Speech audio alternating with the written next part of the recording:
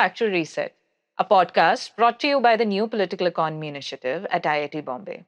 From India's industrial shifts to lessons from the world over, our host for the season, Srinivasan Iyer, is unpacking the historical blueprints, the breakthroughs, and the contemporary bold lessons that reset our thinking on the economy.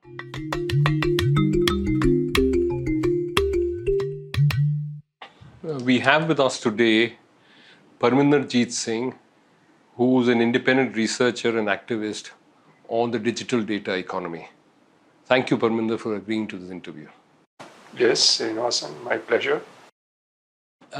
We could first begin with a focus on the area of work that you're deeply immersed in, which is the digital data economy, and request you to share with us very broadly how would you define, not enumerate, but how do you define industrial policy with respect to the digital data-based economy? So, Srinivasan, before I go to what would be industrial policy in digital economy, I think we need to recognize certain characteristics of digital economy which sets it apart and therefore determines or qualifies what would be industrial policy in this area. So at least two. There are many, and you all know that digital is in some ways instinctively different, even if you don't really understand how it's different. So indeed it is different, and let me talk about 2 or 3 ways in which it is different. One is that in other areas, manufacturing economies, even intellectual property based economies later on, it starts nationally or locally. You have industries, you have local markets, etc., and then they reach out and integrate globally to different levels. So it's like inside out, right? Locally to global. That's how you go. And then you have these problems of over globalization, loss of policy space, and so on, which we all very familiar about. Issues around WTO, trade deals, and all that. So that's where people really frame industrial policy debates. Now, what happens, first of all, the big difference in case of digital economy is that digital economy was inherently global as it was born. You know that. The first time you think about what is digital economy to you, it's Google, it's Facebook, it's the internet, first of all, starting with the internet.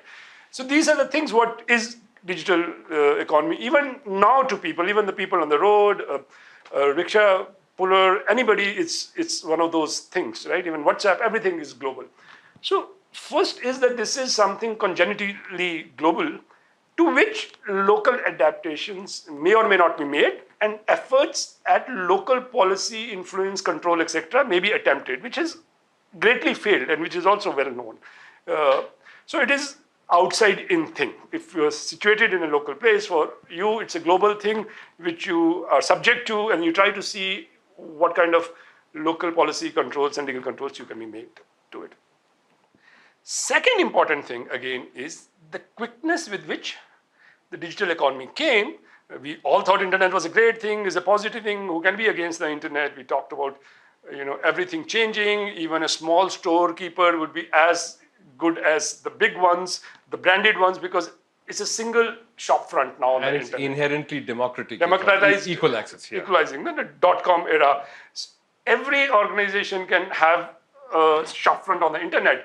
And so you don't have to have those brands and marketing access channels. Everything is democratized.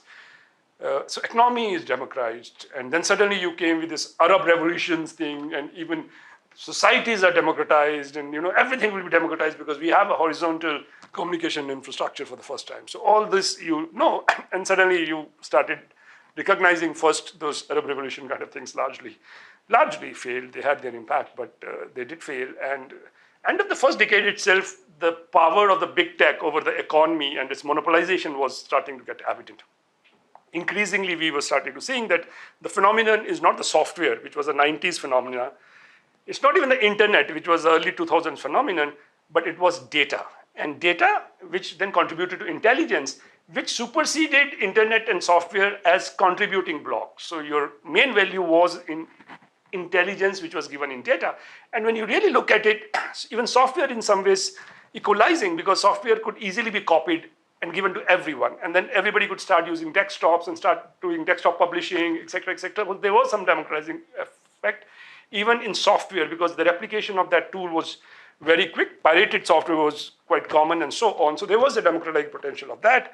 Then we had networked software, which is internet, and that was even more because just one copy of encyclopedia, they used to say, can serve everyone, and Wikipedias and all that were both democratizing.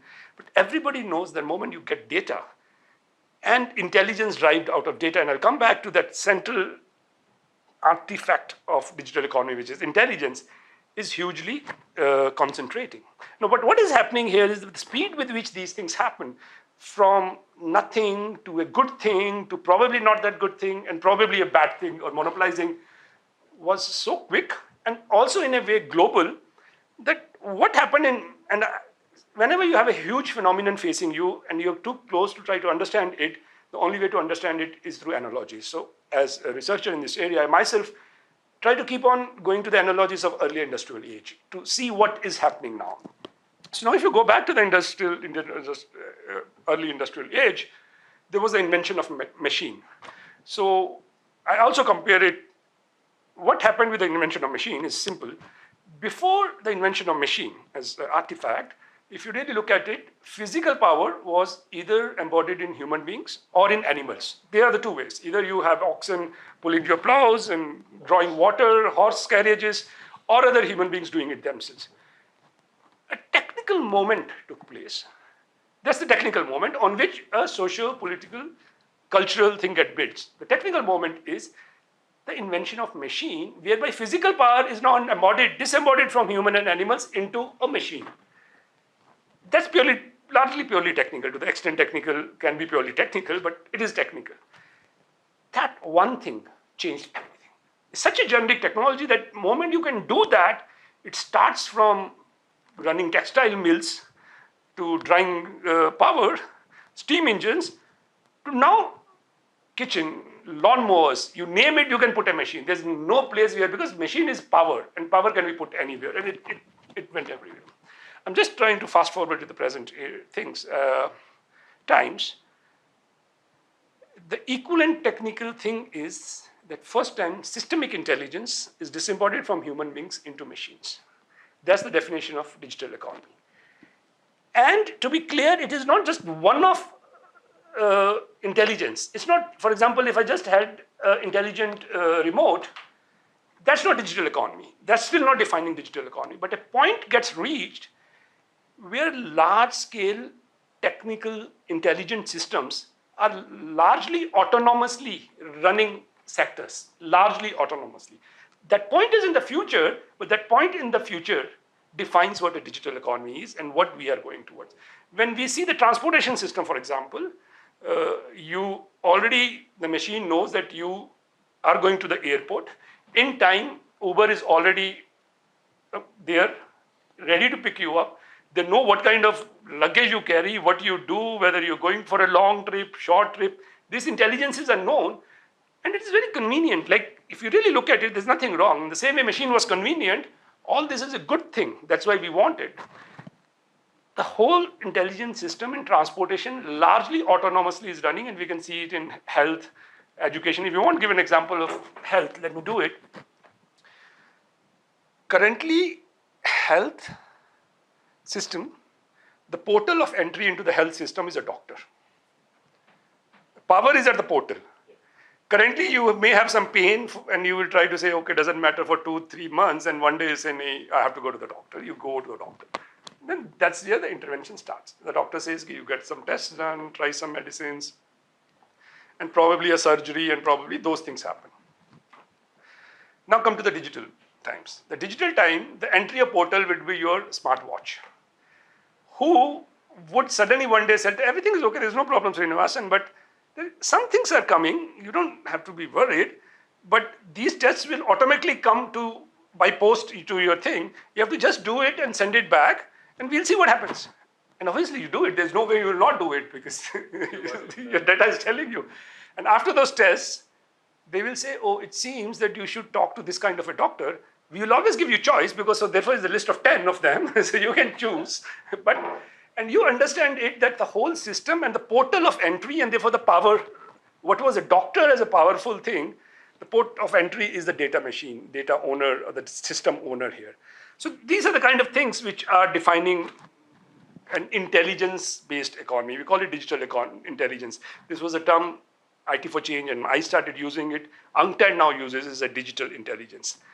Now, what is happening? And this is significantly different from purely the internet or purely just a digital. It is digital data-based economy, where data is the primary driver of a whole lot of things. Yes, data, and I, Srinivasan, use word because data is still the pet word. And if you read my readings, data is a raw material. If you come to me, I said, I'll give you 2 trunks of data. What are you going to do with those 2 trunks of data? The refined product of it is intelligence. Intelligence is what is the valuable. Raw product is data. And therefore, in many of our works, we have said, don't look at data because you get confused. Look at intelligence. And then you get confused that why should somebody own intelligence about me? And I'll come to the political economy of that. So we call it digital intelligence economy or intelligence economy. Now, what is happening, and I'm coming back of the quickness of it and going back to the industrial era. Industrial era, you know what happens, that there are machines. Now, machines can mass produce. Mass producing means I can produce goods at low cost, but that also means I have to distribute good over a long space because this is mass produced. Meanwhile, locomotives are available to distribute it. Those kind of things happening, and mining, etc. happened. And that time, roads, bridges, and tracks were private, which was how, because who wanted to mine laid their tracks, but at one point they decided, no, excuse me, you can't have it like that. You have to make the railway tracks a public infrastructure, right? Which is very simple, well known and all that, including bridges, including the banking systems. The banking system was structurally separate from industries because the industrial house could not own the banking system because banking system was an infrastructure, Correct. right? Correct. Because otherwise, they knew there'd be problems if industrial houses owned banking system. Until very recently, the separation was absolute, even in the US, right? So that infrastructural thinking, decade by decade, started to happen, and it was established that some things are infrastructural. They'll either be free or paid for, but controlled prices, and everybody would equally get it. And even a consideration of equity will be put in an infrastructure often, right? For example, in a bank, there are subsidized loans for farmers, right? So the banking system is told by the government, you do it. So infrastructure does many of these things. One, it makes the economy more effective, efficient by a neoliberal sense also. 2, it makes it more democratic. And 3rd, equity concerns beyond the economy. It could add those concerns. Equity concerns are also possible to plug in. Now, reason big tech is so powerful is that, and it came and suddenly controlled everything, like Uber in transportation or Google in the knowledge space. There's a difference between what is infrastructural and the superstructural is not there. They internalize the infrastructural thing. And that is the reason they could give you services free, because they controlled and they could decide, because if things are separate, my business has to make a profit around what I do. But if I have a vertical integration, I can give this free and make a profit from here because everything is owned by me. That's what they're doing, right? You're giving something to you free. The advertisings are paying at different part of the value chain. So they integrated things end to end that the infrastructural element could not be cut out. Disappeared almost from public sight. It was internalized as a vertically integrated thing. And the 3rd thing I've already told you about intelligence, and I'll quickly throw in this word that, because we are talking about core political economy, in this paper itself, which I've shared, we say that platform economy is actually post-market. Now, what is most sacrosanct principle of a market? The ideal type is open price. It's a sacrosanct. Price is supposed to be open. Everybody knows that sugar cane is caught and bought and sold in market today at price of this. Seeing this, both the supplier and the buyer adjust their behavior. Supplier increases if the high price is high, the buyer reduces and things balanced. So that is the ideal type of market. I to pehli baar Manchester when I went, and it is very good to see Manchester because you can study how industrial the early stages. So one of the big things there is the first public board of cotton prices around the world. So see, every system, even you later on may call it exploitative, has some normative principles. One of the normative principles in market systems was open market price. Later on you can rig it, that's a different matter, but normatively the price is open. Stock exchange, apna price, you put it down in the public board, right? Then you do things. So what this open price does it, and I'm going to stop it and we can go to the next question. Open price is therefore the main controller of the behavior of actors. And that's why I say market key intelligence, the what you call invisible hand of market, was the intelligence on which actors organized. Yeah. Profit and market. वो उसकी complexity बढ़ती गई, but at the core of it, the principle is that open market price decides and determines behavior, and as long as that is good, market is good. Platforms came and decided that open market is not the most efficient way to control the behavior or exercise the behavior, even from efficiency's sake for all actors. Because they had superior intelligence that Srinivasan ke bete ka birthday aa raha hai. How does the... And Srinivasan is likely to buy these things, or even in positive sense wants these kind of choices to be offered to him. Let's say is in a positive sense, not in a negative sense. You yourself, while you are rushing to the airport, you wanted, because you're going to meet probably your son, and you wanted the options of making him happy, right? Yeah. They knew it from your data. They may even know from your son's data that he doesn't want that, and therefore you should do it. So now what has happened, and they also know the suppliers in this area, because a lot of workers have migrated during this season to holidays to Bihar, have reduced production of this good. Yeah. So there's a very complex intelligence which is again autonomous. No human being is sitting and processing that intelligence and taking decisions. They have just put it into the system, put in certain algorithms, and autonomously you're describing price, options, etc. And they found that intelligence of the platform, database intelligence, is much more effective way to organize economic activity than open price, which makes it what I call is the post-market phenomenon. I now reduce the theory and I'll come back to the problems. Now, in this context, the issue is what should be the industrial policy or not. Should I go on with the industrial policy question, or you want to rephrase that question? In a sense, considering this, what are the elements of industrial policy that you see in India now, and perhaps in some other country which might be a good or a bad comparator? Then we will look at what it should be given what we think is normative as a subsequent question. So even in my paper, and I refer you to the paper is about digital industrialization in developing countries.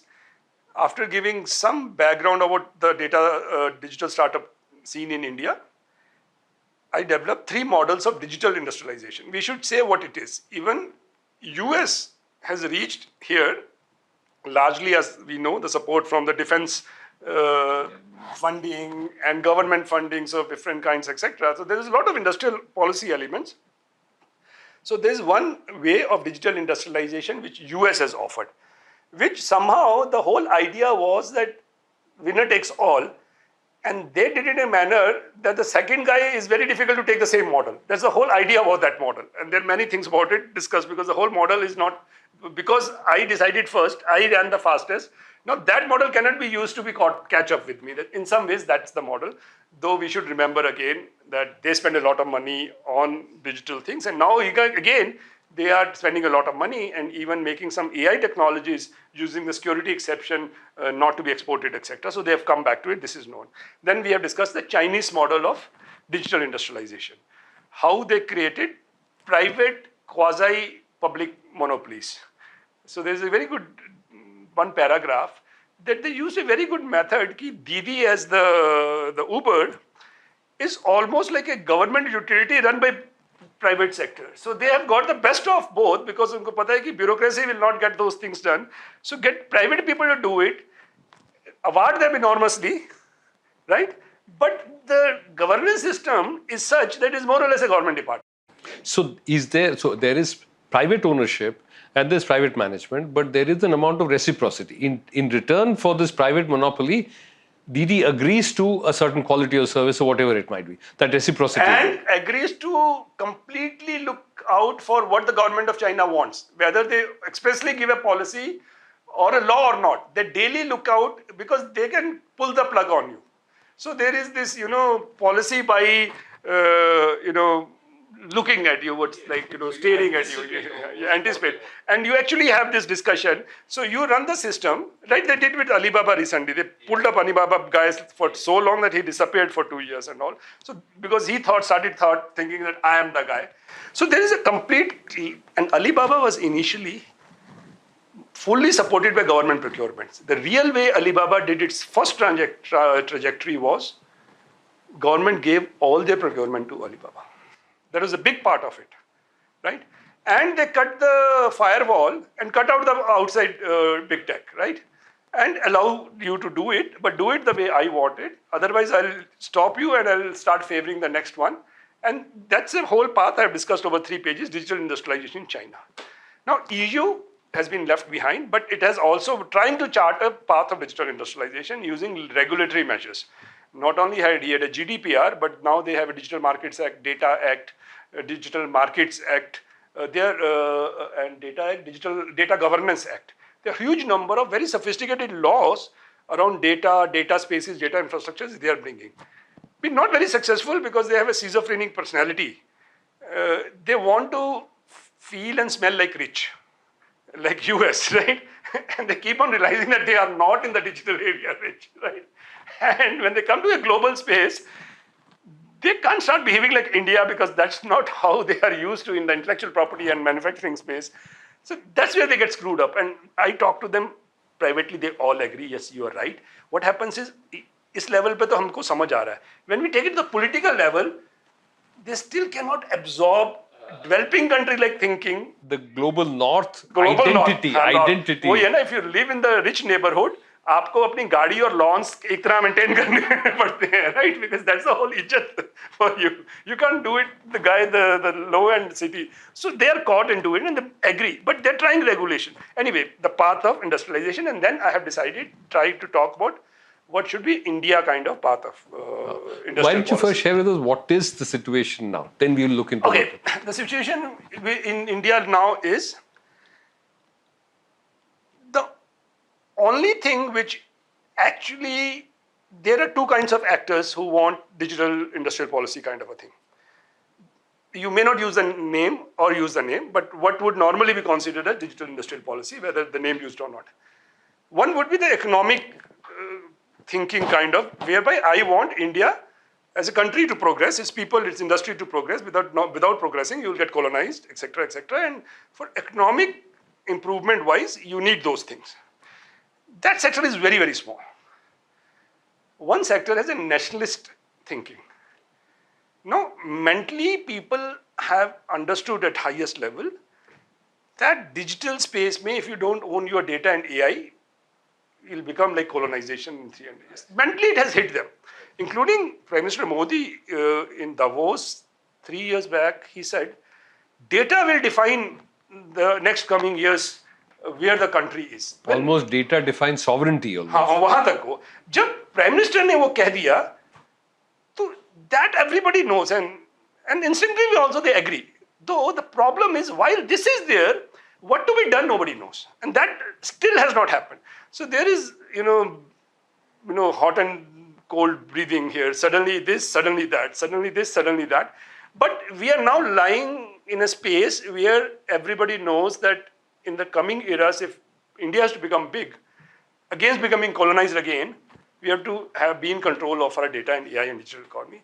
But how it has to be done, they are not able to. So you may suddenly, and there is another side also, I'll come, what happens. This is the main global. So you'll be very surprised that first time India started shaping its data policies. Normally you have your data policies and national policies, and you go to WTO with that. What would be the global element of that policies? Here, ulta happened. 2016, US suddenly came to the WTO. Everything was working good for US, but probably probably they made a mistake, but maybe they didn't. They said that before countries become wise to how they should digitally industrialize, they brought a template which smelled very good of a digital global economy, which largely anticipated regulatory possibilities. All of them were to be cut. And all levers, which, see, every policy requires lever. You can make a policy, but there are 5 levers. For example, I can cut your road. That's a lever. I can remove your business incorporation. That's a lever. These are levers. after I make policy, these are levers. If you don't accept it, I remove your business and corporation. If you don't accept it, तुम्हारा network manager को मैं कह दूंगा कि काट दे. You have to. This is the coercive power of the state. So the whole set of proposals were which actually looked very good, but basically asking states to make commitments which then made them not being able to do regulatory control or digital industrialization. I see. When that happened, and in this case, we can tell around 14, 15, 94 change, I was a part of it. We started meeting in South centers and precisely know the first workshops where ambassadors will come, ki, this looks dangerous to what, but tell us what is dangerous about it. So more or less, we started doing that. This paper was also written for that, 16, 17. Mein. And they started to think, South African group is very solid. He says, data is my resource. Nobody but knows what does it mean and what is your policy. Have you even declared in your policy data is your resource? India also does it. By the way, India had a Chris Gopalakrishnan committee 3 years back. I was a member of it. Is our work basically, we said data is a community resource. And there's a national community and subnational communities. And the national level is a national resource, sub-community levels. We made a full report. That's where I think I can compliment us and IT for Change, that we negotiate behind the enemy lines. NASSCOM actually signed that report, which says what mandatory data sharing, which is public ownership of means of production, jo aap keh rahe the, right? Yes, yes. If data is the main means of production and AI is, the ones who have data have to compulsorily share it with Indian startups. So it was a property resource, property law, basically, in the sense of economic almost resource like law. compulsory licensing Compulsory under the licensing. patent system. Compulsory licensing is a property law. Yes. आप IP को अपनी property कहते हैं और आपको मैं force कर रहा हूँ कि कम्युनिफिकेशन करो अपनी प्रॉपर्टी की. तो this was that kind of a law, and we made a draft law also. Now government is sitting over it. Then Chandrasekhar, the new deputy minister, doesn't want it, but generally जो भी है. But so this is what's happening. But इस committee में additional secretary was the head, NASSCOM is sitting, Nick was there, and we all decided. So there is a lot of hot and cold being done. I'll quickly shift this. There are some other areas in which impulses come from. Then I started dealing with the agriculture side of it. So agriculture, maybe WEF came to agriculture ministry and said, we will make agriculture policies, etc. They started to make it. Then some of us started to engage with them, including with the farmer groups. And I remember our meetings with the secretary, agriculture secretary and all. हमने बहुत अच्छे projections दिखाई. One of the projections was very beautiful. I should show that slide. During COVID, all Delta Airlines and American Airlines, all the 3 airlines were supposed to go under. They had lost money. You know what happened? At one point they found that the value of data which they own was more than the rest of the value of the company. Can you believe it? And I have a slide. It was found to be more than क्योंकि ये high value guys की behavior का data था ना. I have got figures. You will be surprised. अभी भी मैंने जब if I was sitting in your place, I would not agree till I show you. Yes, I'm surprised. It's surprising. The value of the data they had was higher than the physical. Because their assets are also very highly valued. Planes, planes is big. Actually, I still remember the face of the additional secretary and the secretary when they saw that slide. I said, farmers का data जा रहा है. ये हमारा data है. Microsoft आपको help नहीं कर रहा है. आप Microsoft को help कर रहे हैं. Even when it ended, he said, that slides definitely, So that changes somebody. So that kind of thing. Then they started agreeing, yes, the data is a collective resource of the farmer. We will protect it. Then reciprocity होनी चाहिए. हमने कह रहे आप तो data दे देते हो Microsoft को, वो अपने experiment करता है. क्या reciprocity है कि all the data which Microsoft has, does it give it to a common pool? The principle of reciprocity, he said, we'll write in the thing, which is a very big, again, communication property regime level thing. So one is coming from this side, which is agriculture has been the fastest. Education health में उतना नहीं कर पाए, हम health में अभी कोशिश करेंगे, because instinctively, whether what you have been earlier discussing about the neoliberal thinking which is default, when you're sitting with an agriculture group of officers, वो farmer और उसका data, everybody understands कि नहीं यार इसमें हम धांधली नहीं कर सकते. एक तो political pressure भी बहुत है, but even instinctively they understand that you can't have a drone which has run over a village and the based of that data start selling you services. And I have no ownership because you flew the data down on my field. This is my data. But where is it written? And you don't give me data that potato crop has failed somewhere else. Somewhere. You are not exchanging that. That you're not doing. Yeah, you have that. या तो एक common pools में reciprocity डाल दो कि in proportion of the data you hold, you have to do it, right? Otherwise, but there's a problem in that. I said, where is written it's your data? Actually, by law, there is some certain height. उसके ऊपर से drone जाए तो the data is not you. और आज आपको पता है data का level क्या है? Satellite can tell you the moisture level. Satellite will tell you the moisture level. What are you talking about? तो ड्रोन ऊपर से उड़ के तुम्हारा डेटा, तुम्हारी फिजिकल एक्टिविटी 4 बजे जाते हो या 8 बजे जाते हो, वो भी कैलकुलेट करके उसमें कोई प्रोटेक्शन नहीं, because is not your personal data. Field का data, colour of the leaves is a very important data, right? अभी आई मीन मैं स्मॉल एग्जांपल दे रहा हूँ कि लोग डिजिटल इंटेलिजेंस को कहते हैं कि बेकार की चीज़ है. जॉर्डन में वो पाम ट्रीज के अंदर एक पेस्ट लगता है, वो अंदर लग के उसको खोखला करना शुरू कर देता है. तो nobody knows till you actually see it, right? But it makes a sound which AI can hear, and that's a very simple device.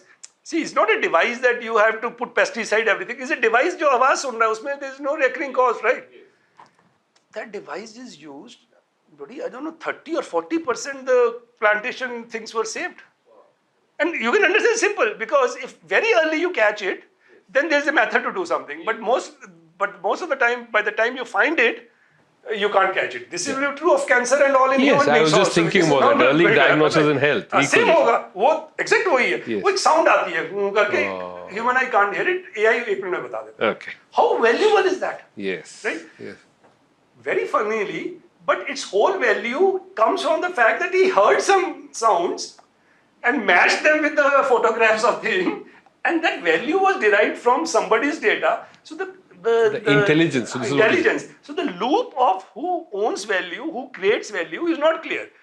We are not against giving a lot of margin to the guy who did everything. We are not against it. We are not some absolute means of production guy.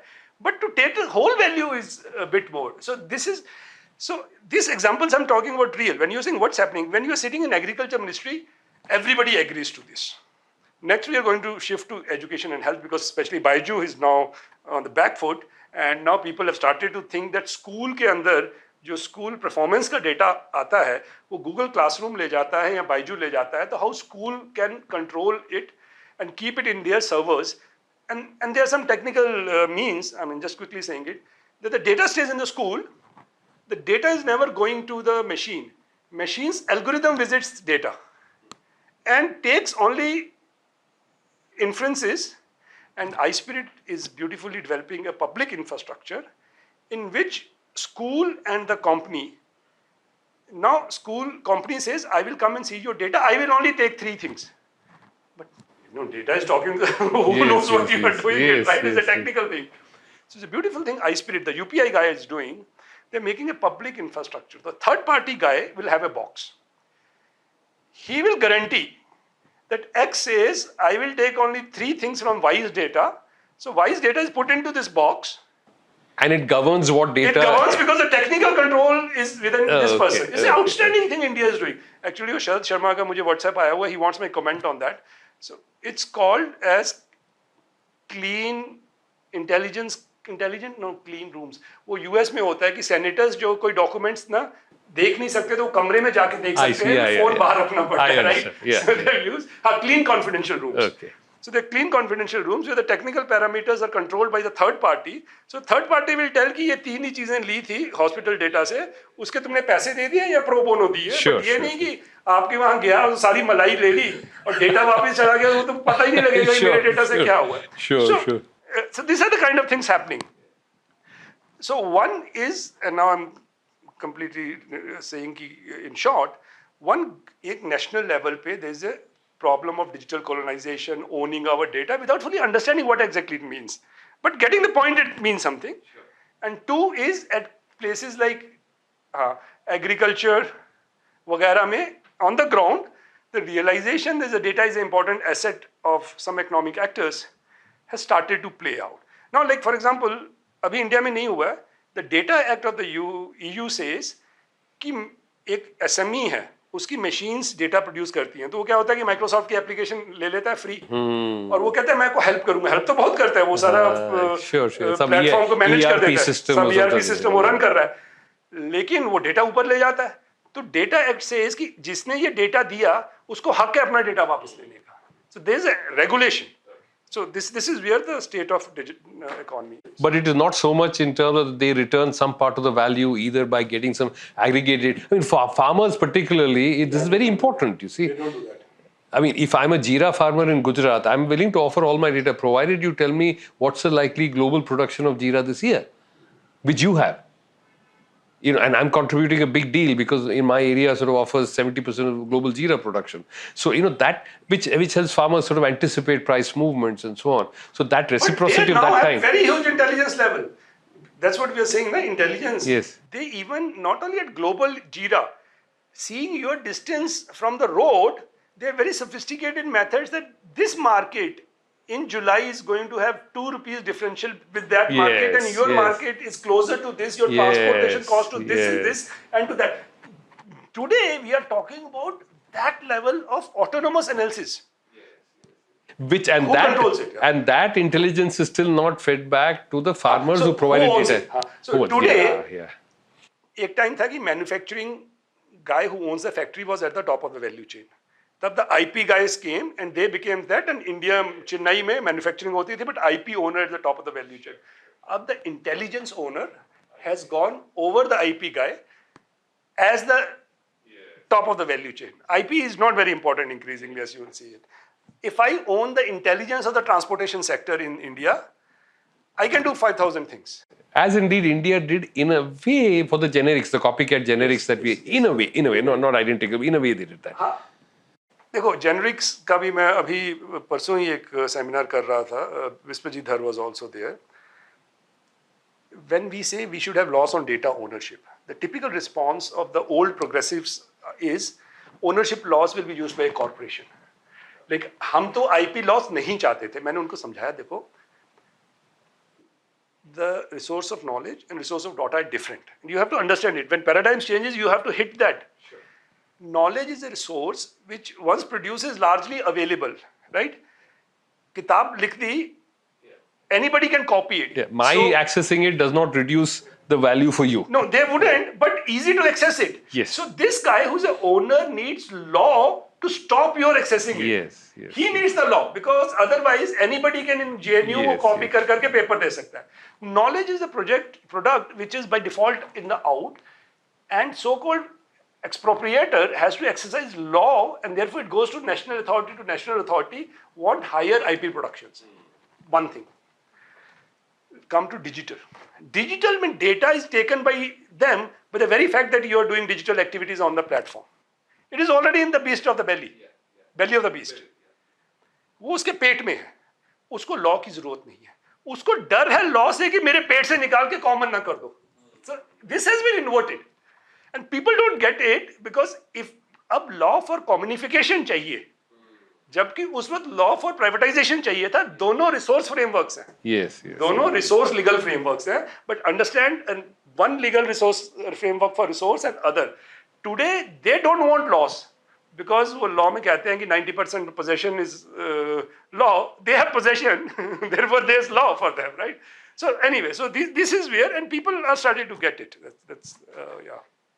No, therefore, if you want to consider industrial policy which could deliver on the aspects of, if not total open access, but affordable open access, whichever way, it's or equity, or even, in fact, I'm just drawing from the logic of compulsory licensing, where there are emergencies, where the data is used, if it's not daily, or even, in fact, in another direction, to also ensure that the data is not used even by states to control the lives of human beings, because we are looking at so what are the major issues of policy there, and how would you like to, because democratization also involves empowering citizens vis-a-vis the state, sort of primarily holding control on data, and so on. So, if you can share with us. Yeah, so that as a civil society activist, is the biggest problem I face, because in an earlier era in manufacturing, the economic issues civil societies were different from the civil and political rights civil societies. And they will in the evening have lunch, but they said, you are talking about WTO, you fight,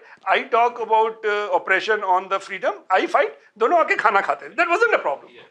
And that was closed. Though the freedom of expression largely did not get into WTO and economic distribution and digital industrialization. And these guys wanted to go, but they trusted these guys were doing well. That was a happy situation. Now digital is the same pie both are trying to eat, which is a big problem.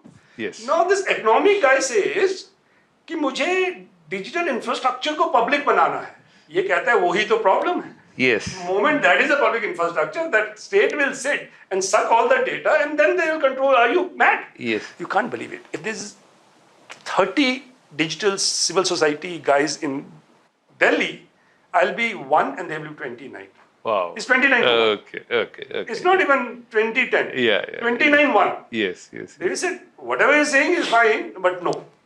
Simple, no. Sure. Why? Because what you just now said. State will eat the power. तब कह रहे big tech करता है, तो नहीं, at least वहाँ कुछ तो choice है, तो let it go. So that has become a big problem. And then so that makes policy even more complex. It's the complex, because moment you try, अभी आपको मैं बताता हूँ. This guy who I said who is meeting the digital minister of Brazil, हमने उसको कुछ चीजें लिख के दी. तो Sean, our friend Sean Sokru, he said he has given me a letter that information integrity is what Brazil wants to forward. मैंने कहा मर जाएगा. Host country never wants ugly discussions and arguments. They will drown in it, because what is information integrity is also information authoritarianism, right? Is it also the opposite of information plurality and diversity? It's a very complex thing. Information integrity. Could you tell us what that is first? See, right now, for example, in India that they have decided the government will do fact checks, right? That's also information integrity. Oh, okay. It is, no. Yeah. See, basically they are saying, no, I'm not doing bad things.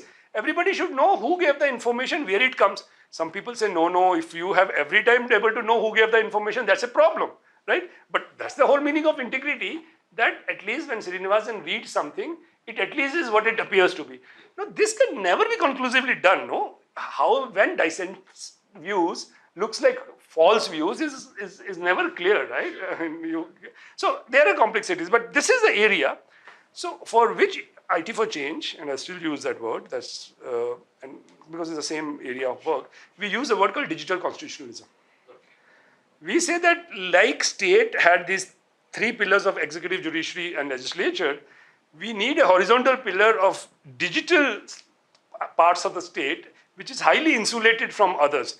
Because वो एक बंदर और बिल्ली वाली story है कि आपस में लड़ते रहेंगे कि तू गलत है ये जो अभी मैंने आपको बताया, you will drown, and globally the north and economically the big tech will carry the field, carry the whole world, right? Yes. आप यही रोते रहोगे, बात तो आपकी ठीक है, but how can transportation data will be infrastructure, because government will know Srinivasan took a taxi and then went to meet Jayati Ghosh or Parminder, right? So that's a problem, right?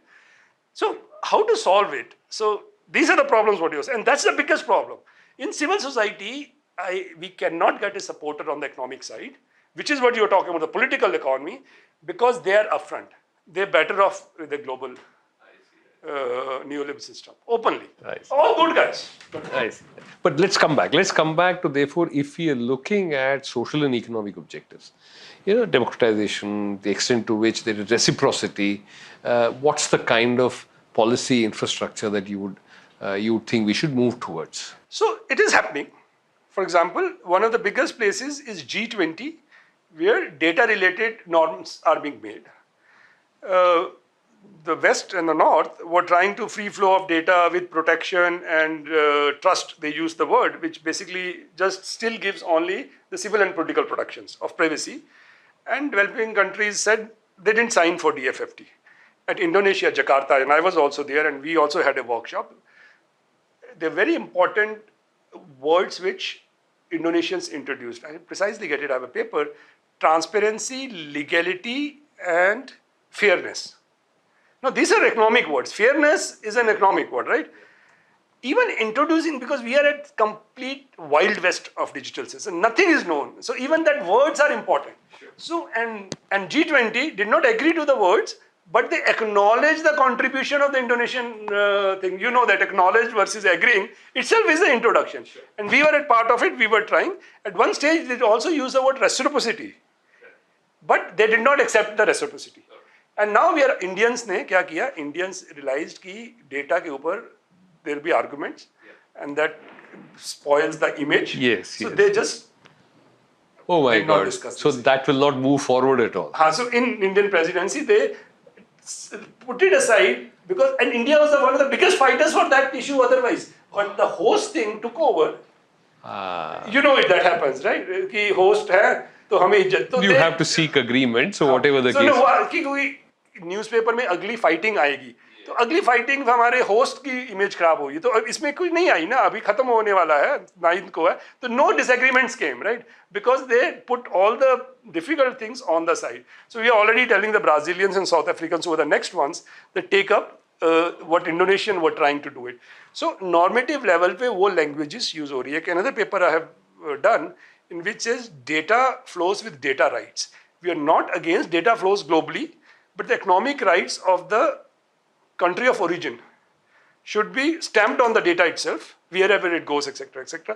So these are the developments which are taking place. And I now come back because I think this is the digital public infrastructure thing. So I think one promising thing is, there are some things which becomes too hotly contested, and then progress becomes difficult there. Now data flows has become that now. It will progress, but digital public infrastructure is relatively okay, and Europe is also very keen on it. And India has been keen because India definitely by far has done more work than anyone globally.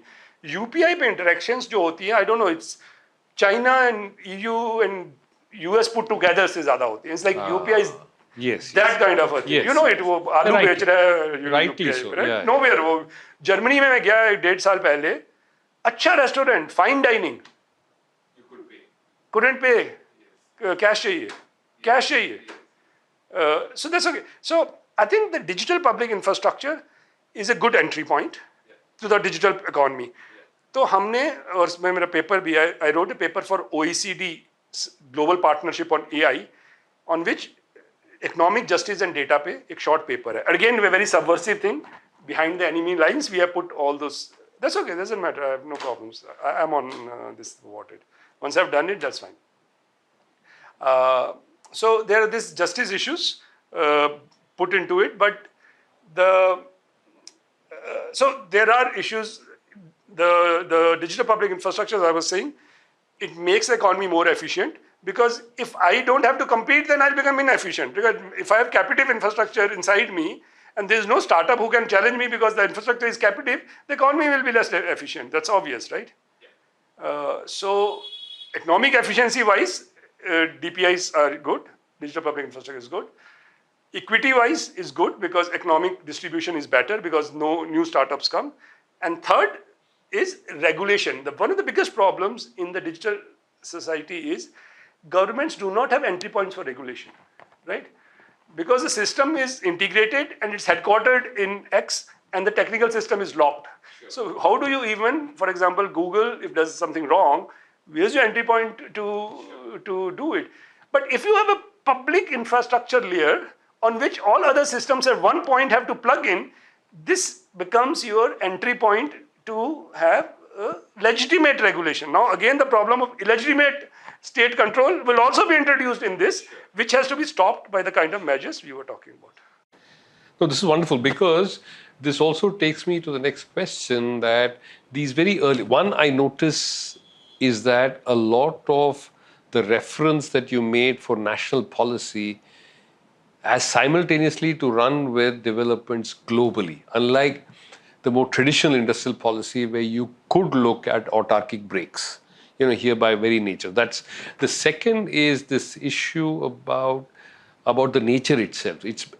You're talking about efficiency being promoted by it being a public infrastructure, which is in a sense fundamentally contradictory to certain neoliberal precepts which talk about the public being the core of inefficiency, leave alone equity. So we already have issues such as those. Where else do you think that does this challenge economic orthodoxy, which in a sense largely developed both in the bricks mortar or the industrial or even the internet age, as against the digital intelligence age?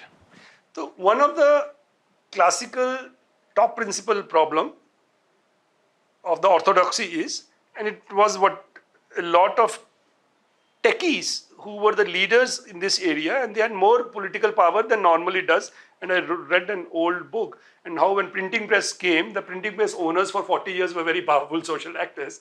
So these tech guys had a lot of things, but the techie mindset was that somehow the old problem in the society was there that the market was ideally a good thing, but in practice it was never a good thing.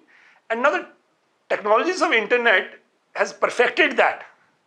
Right? And therefore we don't need any kind of governmental regulation, etc., because government regulation was needed at market failure level. Basically, that was the orthodoxy. And here the market failure has been corrected by technical means, because everybody can introduce and get into the market at any time. So for a long period, and it's only now recently, they also started to think, and I was talking about iSpirit, etc., also saying that techno-legal is the way now.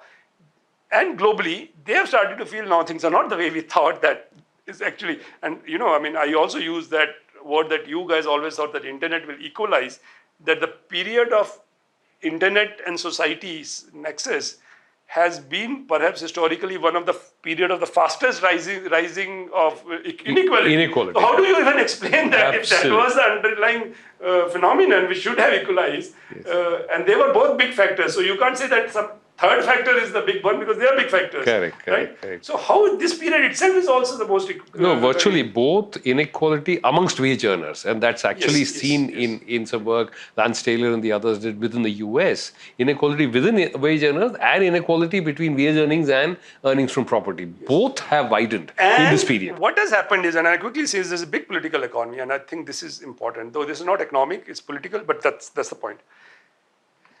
What internet has done is that at least before internet, society was organized geographically, right? And therefore we are condemned to being with our poor people in that sense. No, I used that, 15 years back, same Times of India will be read by the owner of the company and the guy on the chopal. That's the first news. You can't not miss it. And once you are looking at the same thing, there is a connection, right? Today his TV and that TV is very different. I want to give that example. Long back, my parents were in the village and they said, I don't want the cable thing, wo Doordarshan wala hi kafi hai. So wo kehte the hamara chalta hai. And I still remember, I went home and I saw that TV. I said, what is this TV? It was like that. It's a different world altogether. The ones we see and that world. So that was split. So what has happened with the internet is that these are like old movies. The character will still, Amitabh Bachchan will still be a poor guy, right? And he'll fight it out. You have to have that characters. Now we have a segmented society. And there is, because of the internet, a global political elite class, which because they are now culturally and socially close, have become more powerful and self-assertive, vis-a-vis their relationship with one another and separation of the relationship with the rest of the nation. And that has become a very important political factor even for the kind of things you were talking about, that ideological narratives, etc. So, I have seen kids here who watch motor racing. They've never seen motor racing physically in their life ever. What to say actually done a motor racing? But I follow cricket because I played cricket in my life. I can associate with the guy how he swings a bat. But that's a global thing, right? So in a sense, what you're saying is it's not really global convergence, but it's actually convergence amongst global elites. Yes. That is being facilitated by these new technologies. So till now, and this has happened in the Trump thing, India thing, as Indian rich, you may do bad things, but you will never profess bad things. Till now, because you are supposed to talk like that Amitabh, Kuli, poor people have to be rulers, and we have. No, you did not. You were too small to be culturally assertive in a public sphere. You could do it in the private clubs, but public space was a very equalizing space. And there was a social norm which governed within a geography. Because of that, the norm also was because schools were common, a bit media was common, which is the biggest thing. And there was this norm that in public sphere, there was certain equity, etc. Today, when you are politically assertive, and that's why you can see Elon Musk's of this world, etc., openly say things which I think have never been said since the 19th century or something, right? You couldn't say those things in the whole of the 20th century, but now they are able to say it because they have gelled with each other and have become strong and politically assertive, including a Chinese elite, of which is a very so-called communist state. And I think that political economy factor is very effective in the digital, because the digital narrative, please come in. The digital narrative is completely set by that. And the counter narrative has been difficult, and it has been further made difficult, which I told you, that the socio-economic issues, civil society and the political civil, they totally dominate. And that arrangement of indivisibility of rights and all the fights which took place in the second half of the 20th century have not happened in the digital data space. Thank you very much, Parminder, for this. We will get back to you with a set of questions, and you also might probably want to say, but thank you very much for this broad reading discussion. Great talking to you, and helps us frame our thinking as we talk. Thank you so much.